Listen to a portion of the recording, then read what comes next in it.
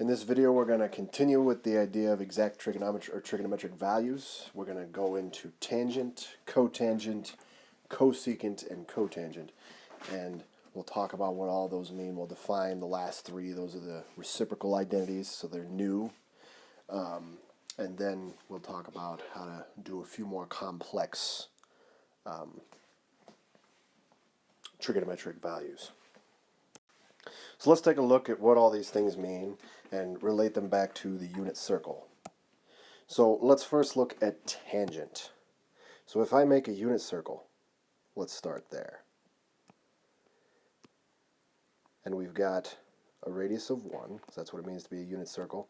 We've got the coordinates x and y, and we talked about in the last video how on a unit circle, the x-coordinate is equal to the cosine of theta, and y is equal to the sine of theta, where theta is the angle between the x-axis and whatever our radius line is. And it might be greater than 90 degrees.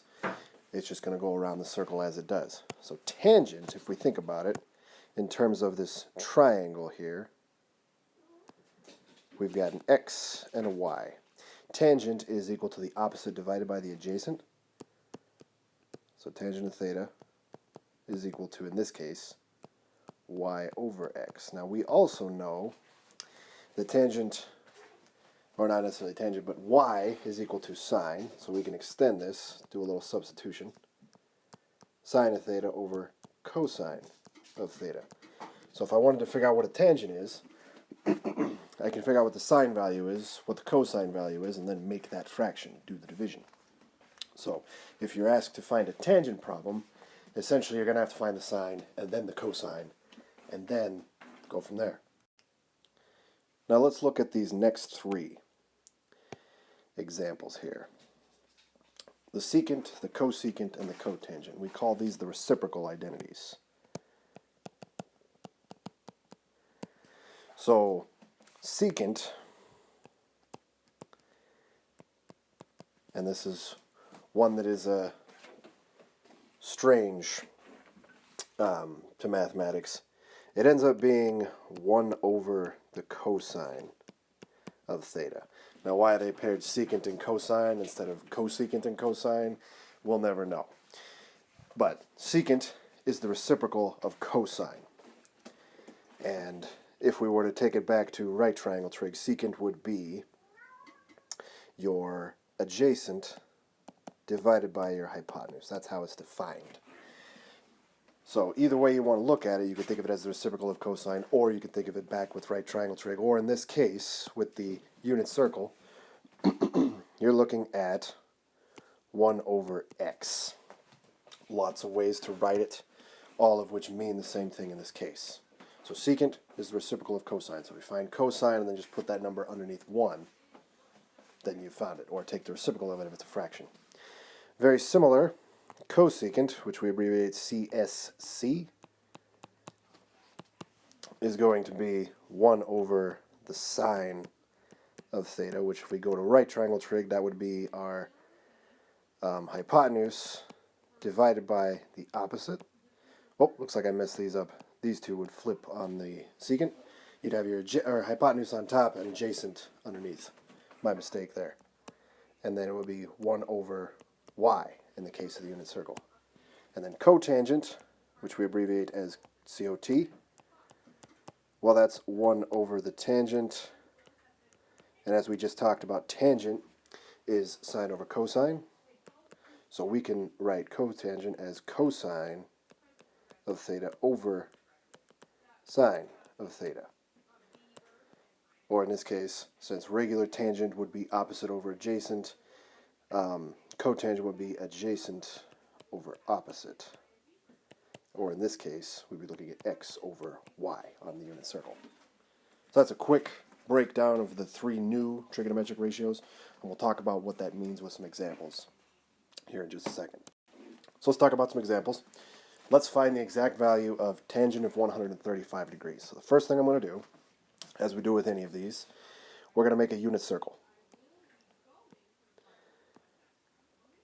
And we're going to go 135 degrees, which means I'm going to go past the 90 So we're going to look at something like this, where this angle is 135 degrees. And then I'm going to go ahead and connect some lines here. I know my radius to be 1 because we're on a unit circle. And I want to know about these points here, this coordinate on the unit circle. Since we're dealing with tangent, like I said, tangent of 135 is equal to the sine of 135 degrees divided by cosine of 135 degrees. So if I find the sine and the cosine of this point, which we've talked about how to do, then I can figure out what tangent is. So let's go ahead and do that.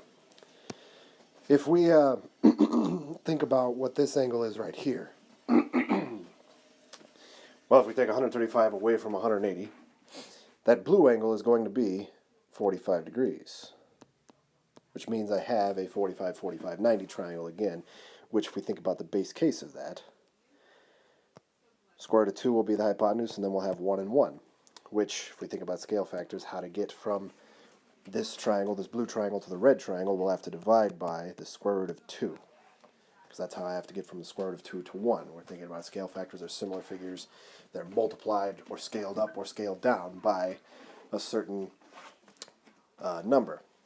In this case, the square root of 2. So we can say that distance-wise, our height is 1 over the square root of 2, and our width will be also 1 over the square root of 2.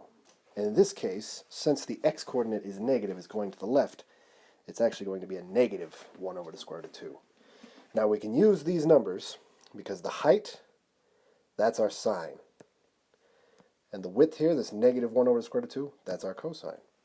So essentially what we're doing is we're going to say, okay, tangent of 135, which is equal to the sine divided by the cosine, which in this case, 1 over the square root of 2, divided by negative 1 over the square root of 2. And we can simplify this. If we take anything divided by itself, we get 1, and since we're off by a sign, we can say tangent of 135 is negative 1. And that would be our solution. So let's take a look at something that's a little more obscure, something we haven't played with a whole lot. We're pretty familiar with tangent, and it's all based on sines and cosines. Now let's take a look at secant. This is a new thing. So secant, as we know, is equal to 1 over the cosine. So secant of 30 would equal 1 over cosine of 30. So again, I'm going to make my unit circle. And we're going to make an angle of 30 degrees.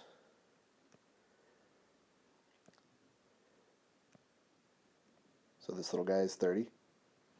And we know the hypotenuse to be 1 because we're on a unit circle. And again, we're looking at a 30, 60, 90 right triangle. So across from the 30 is a 1. The hypotenuse is always double. And the square root of 3 is our adjacent side. And we want to know about cosine, which would be x, the x-coordinate. We know it to be positive. So how do I get from 2 to 1? Well, we divide by 2. So I'm going to do the same thing to the square root of 3. So this tells me that the cosine of 30 is equal to the square root of 3 divided by 2. Now I know that secant is the reciprocal of cosine. So I can do a couple things here. I can do either 1 divided by the square root of 3 over 2, or I can just go ahead and make the jump and say, oh, it's the reciprocal. It's going to be 2 over the square root of 3. Either one is fine. They both mean the same thing. This would be the one I'd prefer, but they mean the same thing. So when you're dealing with secant, cosecant, cotangent, it's not really anything different. You just have to remember, oh, I find whatever of sine or cosine, and then I'm going to make a reciprocal out of it. So let's look real quick at cosecant of 180 degrees. So I'm going to start by saying this will be the same as 1 over the sine of 180 degrees. Okay, now let's go ahead, make our unit circle, as we do with all these, okay? And we're going to go 180 degrees, which is going to be right here. Now this is kind of where the triangle metaphor fails a little bit. However, the unit circle will work here. And that's all I need. There's not really a triangle to be spoken of here. I can't really have a triangle with 180 degrees for one angle. So what I'm really caring about is what are the coordinates here. And if you think about it, our x is -1 and our y is 0. We're on the axis here. So what this is telling me is that the sine of 180 degrees is 0, which would tell me that the cosecant of 180 is going to equal 1 over the sine of 180, which is 1 over 0. Now, I can't divide by 0. If I think about what division means, if I was dividing by 5, I'm asking how many groups of 5 can I pull out of this number? Well, how many groups of 0 can I pull out of 1? Mathematically, we don't have a way to define division by 0 because we could do it once, we could do it 1,000 times, we could do it forever, we could not do it at all. We have no way to really define how many times 0 can go into 1. So this cosecant of 180 degrees would be undefined because we'd be dividing by 0. And there are some cases where that does pop up. This is one example to kind of demonstrate that.